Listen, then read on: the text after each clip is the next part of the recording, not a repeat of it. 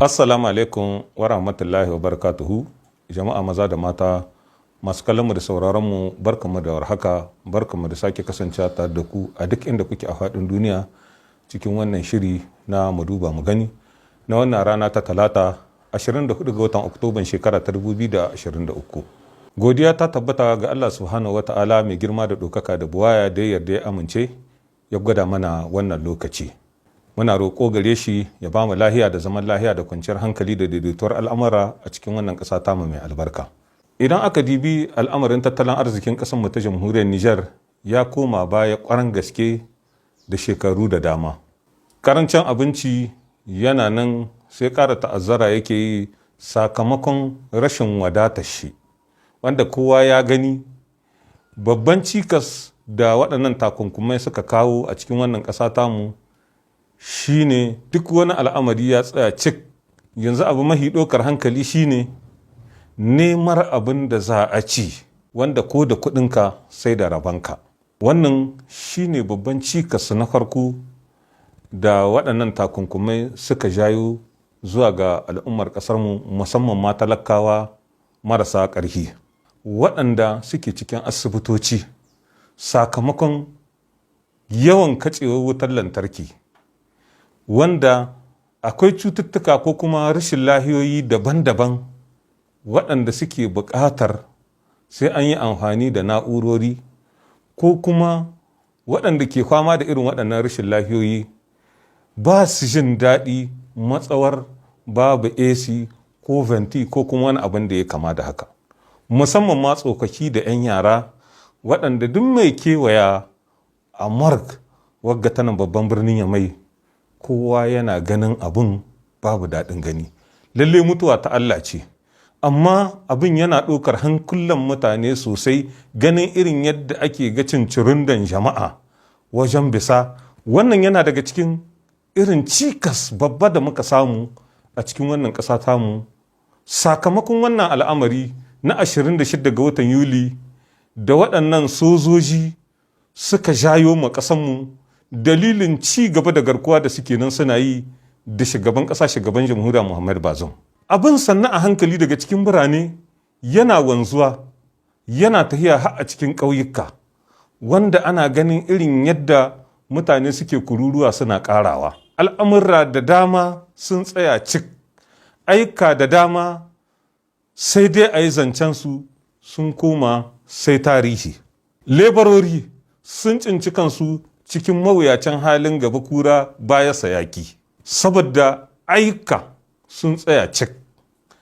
'Yan dako su ma sun san da lalle ƙasanmu tana cikin wani mawuyacin hali sakamakon rashin shigowar motoci ƙa'in da na'in kamar irin yadda ya kamata domin su samu su gudanar da ayyukansu, inda nan ne Allah ya yi mace abincinsu. Lebarori waɗanda suke ayyukan gina da wasu abubuwa dai waɗanda yake na ci gaban rayuwar yau da kullum ne, suna nan suna ɗaɗɗana kuɗarsu. 'Yan kwangila rayuwarsu ta canza, wasu sun ɗauko kayayyaki daga masu sai da waya ko masu sai da siminti ko masu sai da karo. Wala Allah aikin furoje ne ko na wata ƙungiya, aiki ya tsaya cik. Furojen ko ƙungiyar da ta ba su kwangila sun tattare nasu ya nasu sun koma cikin ƙasashensu. Shin abin tambaya a nan wurin, ƙaƙa rayuwarsu ta kasance da su da mutanen da suka ɗauko kayayyaki bashi a wurinsu? Shin ƙaƙa rayuwar da yawa ta kasance waɗanda ke da kuɗi cikin bankuna amma yanzu sun koma hayalla sun zama abin tausai? Duka yana daga cikin illolin da waɗannan takunkumai suka jayo ta hanyar canza rayuwar al'umma a cikin wannan ƙasa tamu. Ana cikin wannan mawuyacin hali sai gashi kwatsam a jiya 23 ga watan Oktoban nan da muke ciki, ƙungiyar tarayyar Turai wadda yake tana kumshe da ƙasashe ɗaya bayan ɗaya har 27 ta fitar da sanarwar cewa ita ma ta daina ɗasawa da wannan ƙasa tamu ta jamhuriyar Nijar, inda yanzu a wannan karo nasu takunkumin kai tsaye ne za ya zuwa ga waɗannan sojoji da suka karya lagon demokaradiyya, da su da iyalansu da 'yan uwansu da dukkan wani wanda ya goya musu baya ta hanyar hana musu balaguro, ta hanyar kwace dukiyoyinsu, ta hanyar hana musu shiga cikin ƙasashensu.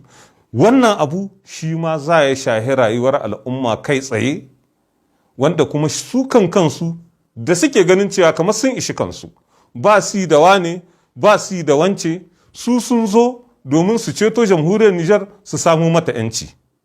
Menene ake gani? Tun ajiya an ga abu ya fara komawa kame-kame da kiraye-kiraye, su kire wanga su tattauna da shi, su kire wancan su tattauna. Shi an ga sun gana da wakilan bankin duniya. Me suka ce? Me abu su ce ba? Shin ganawar tana kama da ganawar da suka yi da wakilan Majalisar Ɗinkin Duniya wanda suka fitar da sanarwar cewa sun kawo ƙarshen aikinta ba su da ita ta tattare ta bar musu ƙasarsu? Ko kuma kaka abin yake?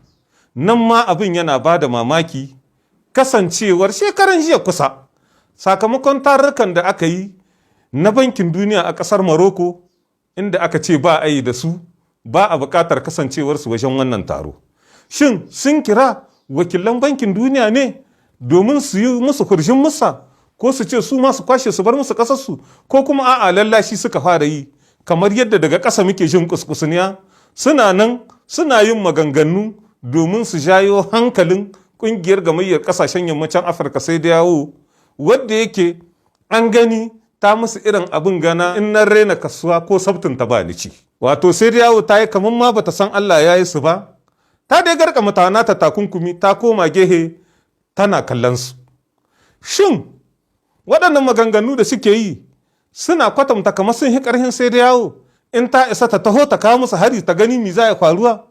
Shin alama ce wadda take nuna cewa in kana son a san da kai, in ka je wajen biki ko da kana da baƙin jini, ko ma wajen randa ka yi tsaye saboda duk wanda ya ji kishirwa sai ya ce wa na miƙo mun waɗannan, ko kuma kaka abin yake? Shin hanyar hita ce suke nema?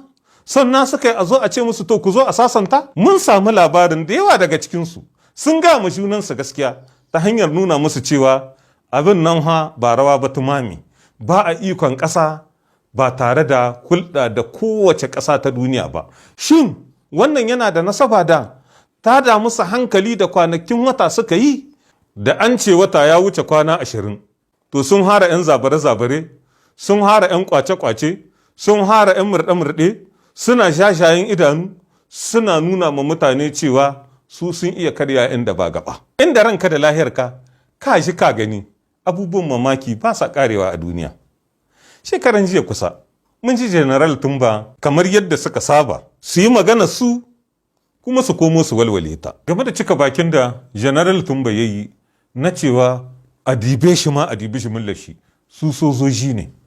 Shan abin tambaya a nan wurin, a koma wata 6 baya da halin da ake ciki yanzu, wannan lokaci ne aka hizawa ana matsa matalakawa sai an amshi zakka a hannunsu. A koma wata 6 baya, a koma kuma wanga lokaci da ake ciki yanzu, wannan lokaci ne aka mai da talakawa cikin garuruwansu suka yi noma salim alim hankalinsu kwance. Misali garin Anzuru da kewaye sun yi noma, tabbata kenan sun samu kwanci hankali. To amma yanzu noman ma ba su iya zuwa su girbe abubuwan da suka noma, saboda kullum sai an zo cikin garuruwansu an kashe su. Shin kaka magana take a nan wurin? A koma cikin yankin Difa yanzu ana amsar zakka gare su. A komo cikin jihar Tawa a gani kewayen Tebaram da dai sauransu ana ta amsar zakka. To shin jama'a kaka magana take? Dan ma wannan abun yana bukatar amsa. Shin daga 26 ga watan Yuni kawo yanzu kuka kwato garuruwan da ke da kai cikin hannun 'yan ta'adda, ko kuma kaka abin yake? Waɗannan tambayoyi suna buƙatar amsa. Kowa sai yi ƙoƙari ya duba ya gani domin ya gane gaskiya al'amari. Da wannan muka zo ƙarshen shi wannan shiri na wannan rana, sai lokaci na gaba idan mai girma da ɗaukaka ya yarda.